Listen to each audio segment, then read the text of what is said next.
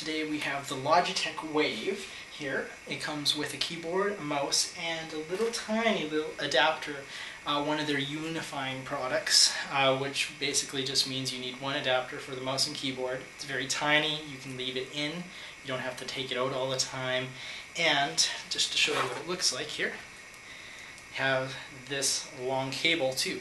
This is very good for desktop PCs if you need to bring the adapter closer so you get very good reception.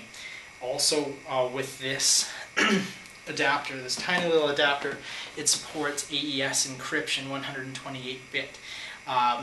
That will secure your keystrokes, so a keylogger, well, not a keylogger, but someone trying to log your keys by capturing the wireless communication is not able to do so. Now, if you want to see what the actual keyboard looks like, we'll just put this box back here, and voila, we have the keyboard.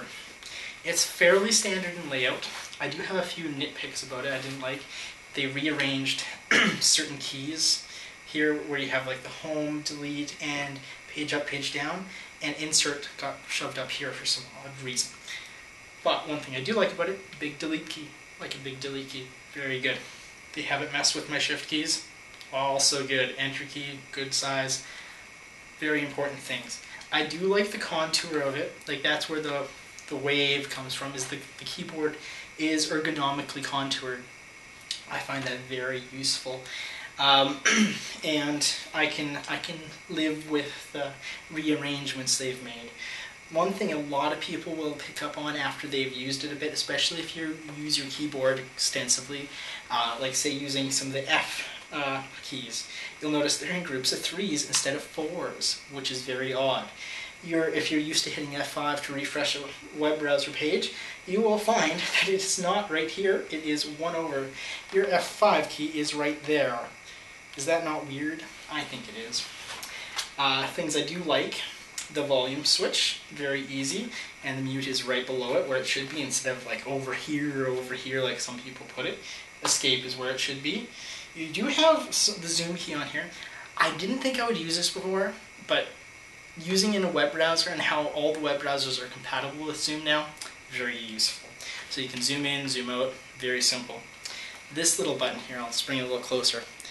This does something I've never seen in Windows before. I thought it was just going to be the 3D flip. Instead it does something you may be more familiar with on a Mac. It does something very similar to Expose, where it kind of moves all your windows into view, and it works on multi-monitor as well, which I thought was just amazing. And it just brings all your windows up into little blocks, and you can click on the one you want. It also just allows you to see just everything you have open at a moment's notice. I do bump this key sometimes by accident though, and that's how I discovered it.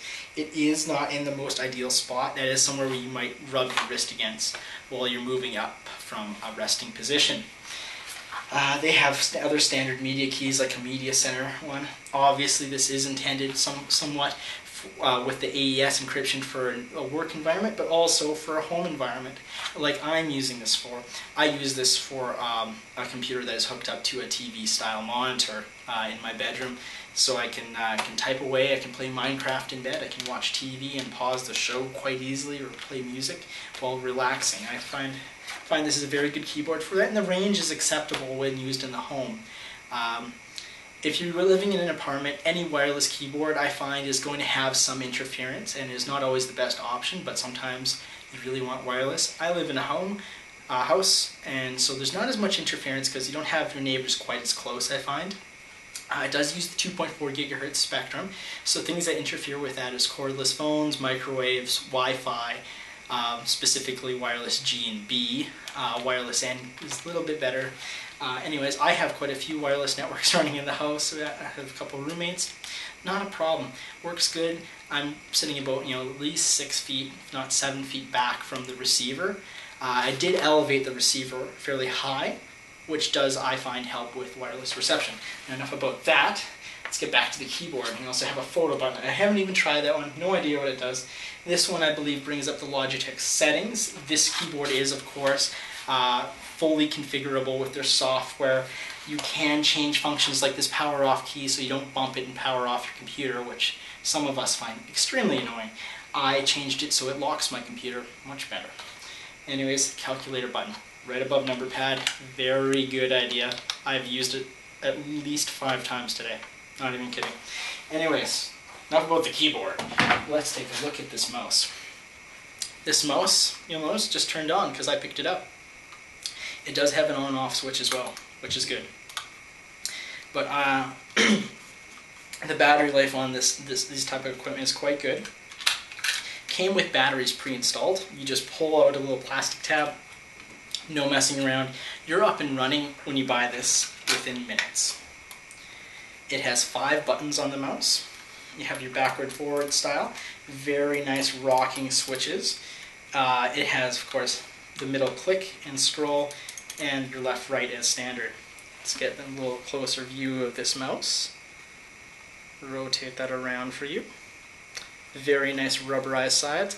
This is the type of rubber too. It feels a lot better quality than some I've had on ones like the Razer mouse. I've had the Razer mouse, one of their old ones, and it has flaked off to pieces. This Logitech seems to use a lot better quality stuff. It uses your standard little feet on here. I think they use not just rubber, but they have same stuff they put in frying pans. I can't think of the name right now, but maybe someone can remind me in the comments. But anyways, of course it slides very smoothly on my not so smooth surface here. If I grab a mouse pad, it is, of course, very nice and smooth movement. I like the feel of this when you hold it. It's very comfortable in my hand. I don't have the largest hands, but I think this is quite a fairly accommodating mouse. Anyways, I think that's about as much as I can bore you with a keyboard mouse combo today. Perhaps I'll be back with something more interesting.